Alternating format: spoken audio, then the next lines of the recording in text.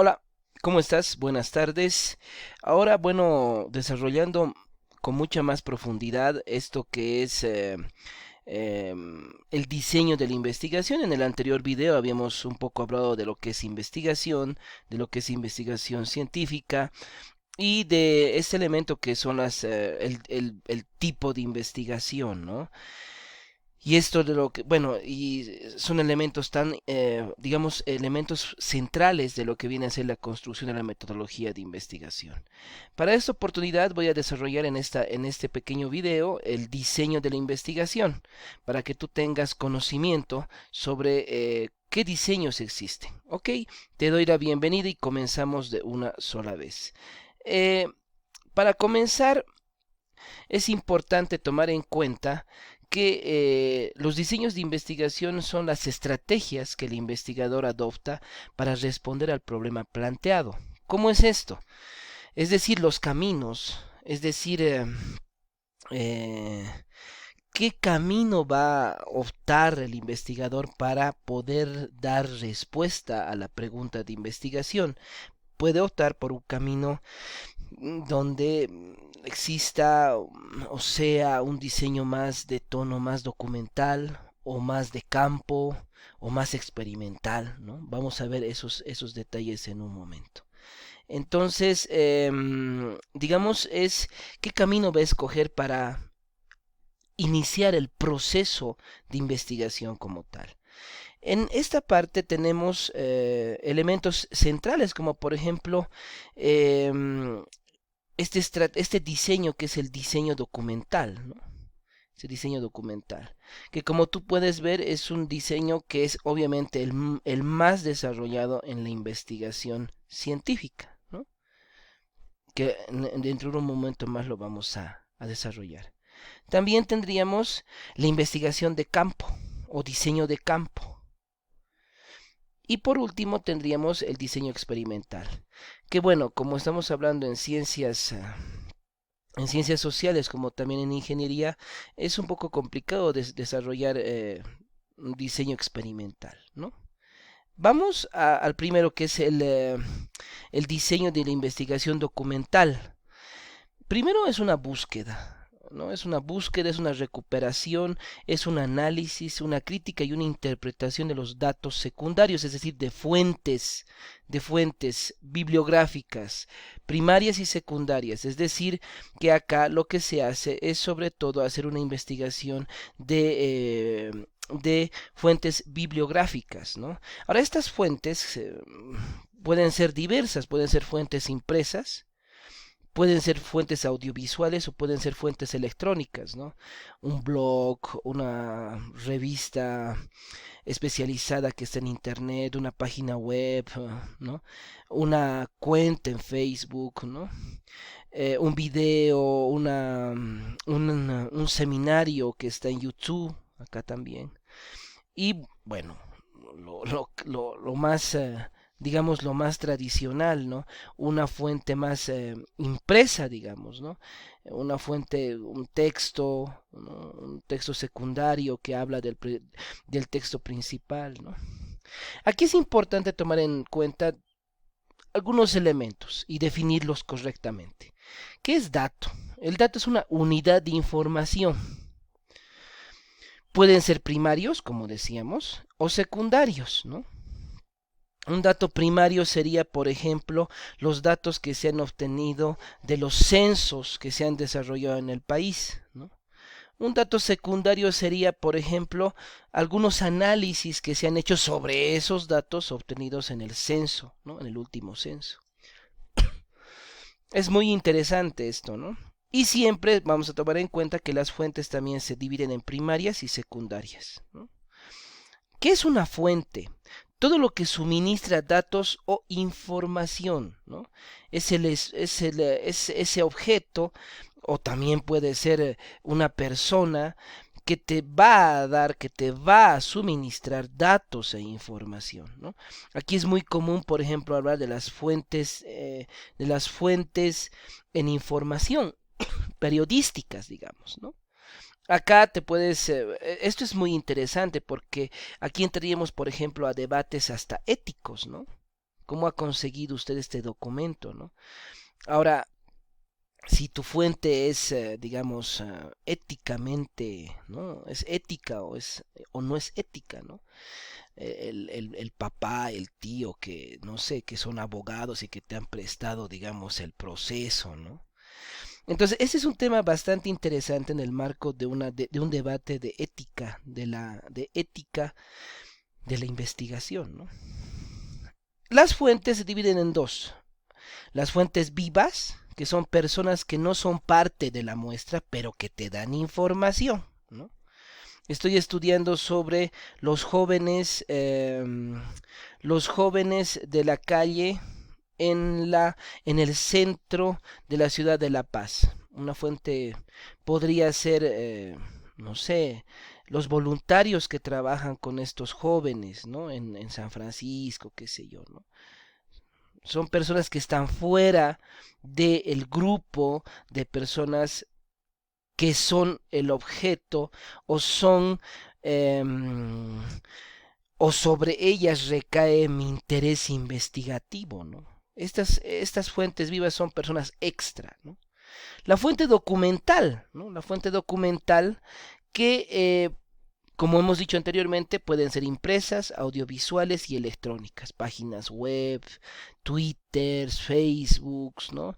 Revistas electrónicas, ¿no? YouTube, ¿no? Impresas los textos que conocemos. Aquí en las fuentes documentales entran los documentos primarios y los documentos secundarios. Los primarios son las obras originales, ¿no? Estoy haciendo un análisis sobre la obra de X autor, ¿no? Entonces, sus obras principales, obviamente, son los documentos primarios, ¿no? Documentos secundarios son obras que hablan sobre este documento primario, ¿no? Estoy haciendo una investigación sobre un expediente. Ese expediente sería el documento primario. No lo he encontrado, pero sí tengo documentos secundarios, como por ejemplo artículos del periódico, documentales de televisión. Entonces esos son documentos secundarios, ¿no? Trabajos en los cuales se hace referencia a la obra del autor original, de la obra original, ¿no? Vamos ahora al documento o fuente documental, ¿no? Que es un soporte material, pues o puede ser en un formato material, o puede ser en un formato digital, ¿no? Pueden ser archivos PDF, como puede ser un texto, un libro, una revista, ¿no? Ahora, dentro de estos documentos o fuente documental, hay tipos de investigación documental. Y aquí es muy interesante porque vamos a ver acá, por ejemplo, unos tipos que ya son muy característicos de la universidad, por ejemplo, ¿no? En estos tipos de investigación documental se puede desarrollar, como hemos dicho siempre, a tres niveles. Es decir, tú puedes hacer una investigación de tipo documental a nivel exploratorio, a nivel descriptivo y a nivel explicativo. Esto lo hemos hablado en el anterior video.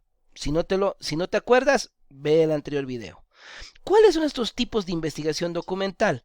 Monografía, que es la más, digamos, sencillita, donde se maneja un tema específico. Luego hay un segundo documento que es un estudio de mediación de variables independientes a partir de datos secundarios. ¿Cómo es esto? Es decir, se toma como base datos, cifras de organismos oficiales, por ejemplo, los datos sobre la pobreza en Bolivia, para elaborar otras conclusiones actuales sobre variables estudiadas. Es decir, se toman esos datos sobre pobreza de Bolivia, el porcentaje o analfabetismo o abandono de niños y niñas. ¿Para qué? Para hacer otra investigación, ¿no? Con otras variables, ¿no? O tenemos el tipo de investigación documental correlacional a partir de datos secundarios. ¿Cómo es esto? Se basa en la consulta de los datos y cifras ya generados, como hemos hecho en la anterior. Tenemos los porcentajes de pobreza de la población boliviana, de desigualdad, y se determina en este caso causas y efectos de esos datos, ¿no? Bueno, en el tercer video vamos a hacer vamos a desarrollar algunos ejemplos para ver un poquito más claro cómo es esta situación. Vamos a la investigación de campo o diseño de campo. Que esto es muy común y muy particular y es muy rico, ¿no? Porque te da mucho dato fresco, ¿no? La recolección de datos directamente del campo, de los hechos, de las personas que se está investigando. Datos de los sujetos objeto de nuestra investigación o de la realidad que estás investigando. No se manipula o controla variable alguna. O sea, no puedes tú como inmiscuirte para cambiar, para ver, para medir. No. Tienes que dejar que las cosas sigan corriendo y desarrollar al detalle, al dedillo, una descripción de lo que está pasando. Por ello, no es experimental, se puede desarrollar a un nivel, como te decía, exploratorio, descriptivo y explicativo. En el anterior video está perfectamente esto explicado. Ahora, puede ser extensiva, es decir, con poblaciones enteras, ¿no? Gigantes, censos, o puede ser intensiva, casos particulares sin posibilidad de generalizar los resultados que saca. O sea, digamos voy a hacer con los vecinos de Mayasa, ¿no? Con el sindicato de choferes 1 de Mayo, ¿no? Con la Fejubel Alto, ¿no? Son casos particulares.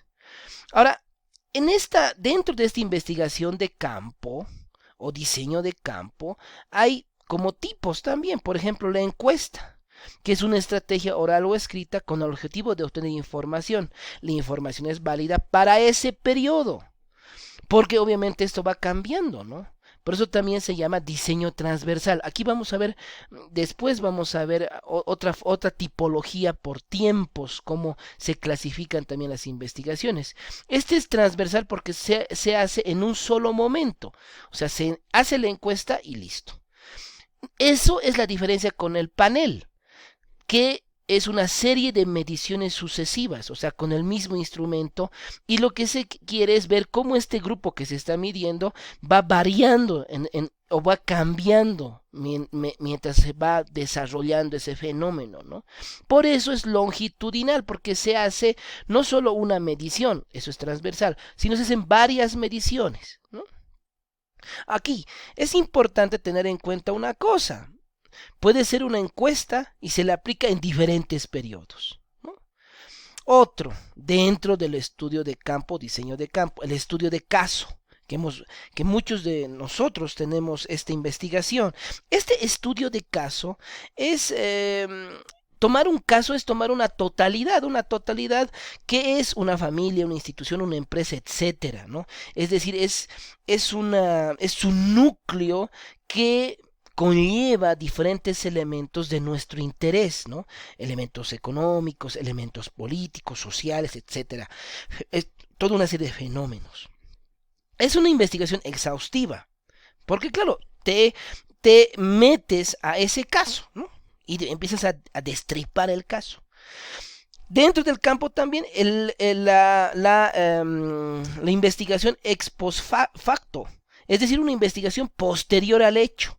¿Qué quiere esa investigación? Buscar las causas del hecho, sobre todo, ¿no? Y aquí tenemos lo último, que es el censo, que es una investigación, también se lo toma como un instrumento, tiene diferentes planos, digamos, donde se recolecta información de la totalidad de una población. Todo el barrio de San Miguel, todo el barrio de Rosas Pampa, todo el barrio de Río Seco, ¿no? Esto es muy importante. Para terminar, el diseño experimental. Aquí se somete a un objeto o a un grupo de estudio a determinadas condiciones, a determinados estímulos o tratamiento para observar los efectos o reacciones que se producen. No voy a desarrollar mucho la investigación experimental porque no se utiliza mucho dentro de lo que son nuestras áreas de investigación. Ok, con eso espero que te sirva. Y bueno, nos vemos en clase. Todavía tenemos otro video más de los ejemplos. Y bueno, pues espero que te sirva. Chao.